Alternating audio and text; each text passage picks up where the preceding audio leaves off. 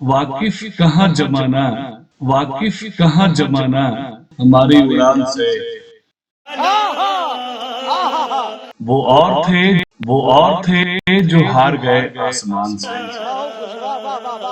Hello बच्चों, electrical machine design subject में आज मॉड्यूल 4 का लेक्चर नंबर 24 है और design of three phase induction motor में आज हम पढ़ेंगे main dimensions of three phase induction motor. नमस्कार बच्चों, मैं आपका दोस्त गुरु प्रशांत सर स्वागत करता हूं आपके channel Sai academy of electrical engineering में। आज के इस वीडियो में हम कौन कौन से इंपोर्टेंट टॉपिक्स पढ़ने जा रहे हैं, सबसे पहले हम उसको डिस्कस कर लेते हैं।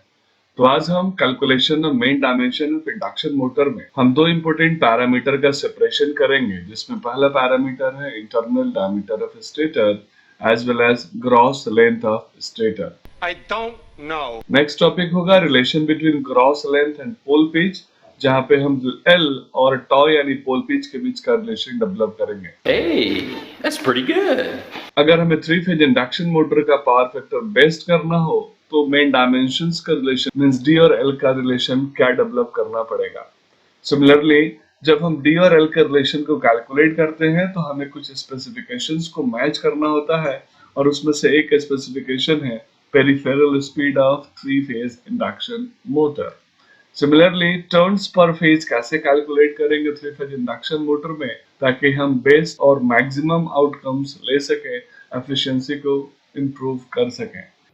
Oh my God! तो इन सारे पैरामीटर्स को इस वीडियो में हम कैलकुलेट करेंगे। तो आइए हम सबसे first mean separation of D and L का एनालिसिस करते हैं। तो बच्चों, आउटपुट इक्वेशन डिराइव करते समय हमने रिलेशन देखा था डी स्क्वायर एल का, जहां पे डी होता है इंटरनल डायमीटर ऑफ स्टेटर और सिमिलरली एल होता है ग्रॉस लेंथ ऑफ स्टेटर। इसके बारे में ऑलरेडी हम पहले काफी डिटेल में डिस्कस कर चुके हैं। तो यहाँ पे हम gross length and pole pitch के बीच का रिलेशन डेवलप करेंगे और उस रिलेशन का पर्पस यही होगा कि हमारा डिजाइन इतना ऑप्टिमम हो, इतना सुटेबल हो, ताकि हर मिनिमम रिक्वायरमेंट को फुलफिल कर सके। प्यारी समझ गई। नहीं, अभी और सुनिए। तो अगर मुझे ओवरऑल कॉस्ट को मिनिमाइज करना है डिजाइन में नहीं। तो मुझे एल और tau means gross length and pole pitch का रिलेशन 1.5 से 2 के बीच में रखना पड़ेगा। सिमिलरली ठीक वैसा ही बच्चों, अगर मुझे गुड एफिशिएंसी के लिए डिजाइन करना है तो उसमें gross length and pole pitch का रिलेशन 1.4 से 1.6 होगा। और अगर मुझे अपने मशीन का ओवरऑल डिजाइन गुड करना है तो उस समय मेरा फोकस होगा कि मैं ग्रॉस लेंथ और पोल पिच का रिलेशन 1 से 1.1 के बीच में रखूं।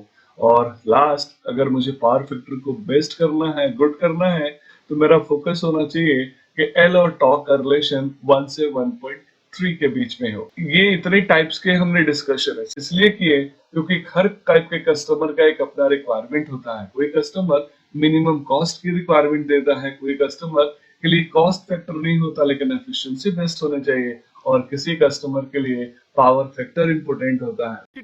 अबे जल्दी बोल, कल सुबह पनवेल निकल। इस तरीके से जैसा एक डिजाइनर के पास स्पेसिफिकेशन आएगा, कस्टमर नीड रिक्वायरमेंट आएगा, उसके अकॉर्डिंग वो मेन पैरामीटर्स का रिलेशन डेवलप करेगा, उसके अकॉर्डिंग वो gross length and pole pitch का एनालिसिस करेगा। तो बच्चों, यहाँ मैं डी और एल का सेपरेशन इस तरीके से करने जा रहा हूँ ताकि मेरे मशीन का पावर फैक्टर बेस्ट मिल सके, means best power factor of induction motor के लिए एक मैथमेटिकल रिलेशन यहाँ डेवलप करेंगे। और वही मैथमेटिकल रिलेशन एक डिजाइनर को प्रीफर करना पड़ेगा, एक डिजाइनर को फॉलो करना पड़ेगा ऑप्टिमल डिजाइन के लिए। और वो रिलेशन डेवलप करने के लिए हमें पोल पिच और कोर लेंथ का रिलेशन इक्वल करना पड़ेगा 0.18 टू द पोल पिच के बराबर। और अगर मैं पोल पिच की बात करूं तो that is pi D means total perimeter divided by number of pole, और कोर लेंथ हो गया एल। सिमिलरली यहाँ पे 0.18 एक कांस्टेंट है और पोल पिच की वैल्यू हो गई perimeter divided by pole means pi D by P. Final relation develop करूंगा तो डी और एल का रिलेशन आएगा d equal to 0.135 p under root of L. और इस रिलेशन को मैं यूज करूंगा ताकि मेरा मशीन का डिजाइन हमेशा बेस्ट पावर फैक्टर पे हो। और ऐसा इसलिए करूंगा बच्चों क्योंकि आप सब जानते हैं कि इंडक्शन मोटर का एक सबसे बड़ा पेन है, और वो पेन है उसका पुअर पावर फैक्टर। बुरा लगता है भाई, आप लोग भी जानते हो। उस पावर फैक्टर को इम्प्रूव करना एक डिजाइनर की प्राइम रिस्पॉन्सिबिलिटी है। और अगर डिजाइनर चाहता है कि बेस्ट पावर फैक्टर के लिए हम डिजाइन करें, तो डी और एल का रिलेशन उसको इस तरीके से सिलेक्ट करना पड़ेगा ताकि वो मैक्सिमम पावर फैक्टर के लिए इंडक्शन मोटर का डिजाइनिंग कर सके। तो आइए बच्चों, अब हम नेक्स्ट टॉपिक की तरफ बढ़ते हैं। और नेक्स्ट टॉपिक है कि डी और एल का सिलेक्शन हमें इस तरीके से करना है ताकि जो पेरिफेरल स्पीड का कंस्ट्रेंट है, लिमिटेशन है, उसको फुलफिल किया जा सके। तो जैसा कि आप सब जानते हैं, अगर मुझे नॉर्मल डिजाइन करना है इंडक्शन मोटर का, उस कंडीशन में मुझे डायमीटर को इस तरीके से सिलेक्ट करना पड़ेगा कि वो पेरिफेरल स्पीड के मिनिमम रिक्वायरमेंट को फुलफिल कर सके। जैसे कि नॉर्मल डिजाइन में peripheral speed less than 30 metre per second होती है। सिमिलरली अगर मुझे स्पेशल डिजाइन करना है तो उस कंडीशन में मुझे डी और एल का रिलेशन इस तरीके से सिलेक्ट करना पड़ेगा कि उसकी peripheral speed 75 metre per second तक वो बियर कर सके। तो बच्चों, यह एक टास्क मैं आपको देता हूं कि नॉर्मली अभी तक आप speed revolution per minute RPM या आरपीएस में पढ़े होंगे, लेकिन यहाँ मैंने स्पीड 75 मीटर पर सेकेंड लिया, 30 मीटर पर सेकेंड लिया। तो क्या रिलेशन है मीटर पर सेकेंड और आरपीएम या आरपीएस में, ये आप कमेंट करके जरूर बताइएगा। तरीका है भीख मांगने का। गजब बेइज्जती है। ये इम्पोर्टेंट के लिए काफी इम्पोर्टेंट क्वेश्चन होता है। क्या बढ़िया था गुरु। तो आइए बच्चों, अब हम अगले पॉइंट की तरफ बढ़ते हैं कि जब हम मेन डायमेंशंस का कैलकुलेशन करेंगे तो उस समय हमें ध्यान रखना होता है वेंटिलेटिंग डक्ट्स के डिजाइन का। हमको सिखा रिया है। और आप सब जानते हैं वेंटिलेटिंग डक्ट्स का पर्पस है उस मशीन को, उस स्टेटर को स्पेशली कूल करना। तो हमें प्रॉपर कूलिंग के लिए डक्ट्स का डिजाइन भी प्रॉपर करना पड़ेगा। अगर आप यहाँ पे बहुत ध्यान से देखेंगे, दो चीजें आपको दिखेंगी। सबसे पहला, यहाँ जो हमने डक्ट्स बनाए हैं स्टेटर के कोर और उसके बॉडी यानी योक के बीच में, उस डक्ट्स को हम किस तरीके से डिजाइन करें, सबसे इंपॉर्टेंट पैरामीटर ये। और दूसरा, डक्ट्स की साइज हमें क्या रखनी है। अगर मैं एक स्टैंडर्ड डाटा को प्रेफर करूं तो मैं बोल सकता हूं, अगर मेरे स्टेटर का कोर लेंथ 100 to 125 मिलीमीटर से ज्यादा है तो उस कंडीशन में मुझे ये कूलिंग डक्ट थोड़ा स्पेशल बनाना पड़ेगा, and that ducts is called radial ventilating ducts. और रेडियल वेंटिलेटिंग डक्ट्स में एयर का प्रॉपर सर्कुलेशन होता है, जिससे कूलिंग काफी इफेक्टिवली होती है। ये आप ऑलरेडी पहले से भी पढ़े हुए हैं।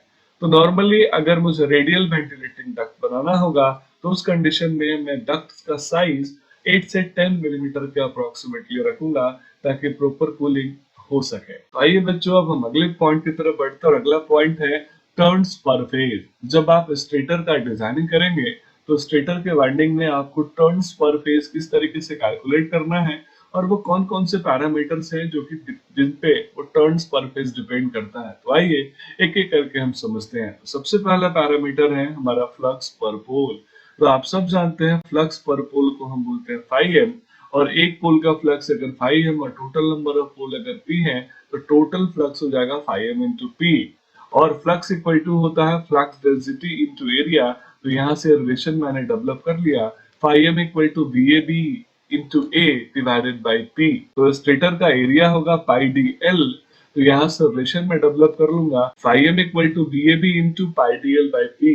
और इसी रिलेशन को हम आगे डिराइव करेंगे और नोन पैरामीटर्स में यानी पोल पिच में कन्वर्ट करेंगे। तो जैसा कि हम सब जानते हैं, pole pitch equal to perimeter divided by number of pole means pi D by P. तो यहाँ से पाई डी बाई पी को मैंने ले लिया टाउ और डी और एल से मैंने मल्टीप्लाई कर दिया। तो फाइव का रिलेशन हो गया B A B into tau into L, जहाँ पे B A B specific magnetic loading है, एरिया है A, P number of pole और टाउ है पोल पिच। तो यहाँ से मैंने फ्लक्स की वैल्यू, फ्लक्स पर पोल की वैल्यू कैलकुलेट कर ली और इसी वैल्यू को हम यूज करके ईएमएफ पर फेज कैलकुलेट करते हैं। और ईएमएफ पर फेज होता है 4.44 है φm TPH KW, जहाँ पे φm के बारे में ऑलरेडी हमने कैलकुलेशन कर लिया है। सिमिलरली बच्चों, अगर मैं वाइंडिंग फैक्टर की बात करूं KW, वाइंडिंग फैक्टर दो फैक्टर्स का मल्टीप्लिकेशन होता है और वो दो फैक्टर्स होते हैं pitch factor as well as distribution factor. ये तो लेटेस्ट न्यूज़ है, जिसकी वैल्यू अप्रोक्सीमेटली 0.93 से 0.955 के रेंज में होती है।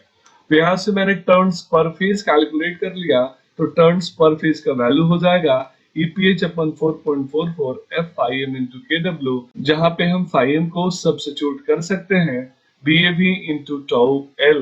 तो इस तरीके से टर्न्स पर फेज को हम यूज करके 3 फेज इंडक्शन मोटर के वाइंडिंग का डिजाइनिंग आसानी से कर लेंगे और हम डिसाइड कर लेंगे कि प्रॉपर रेटिंग ऑफ मशीन के लिए मुझे कितने टर्न्स की जरूरत पड़ेगी।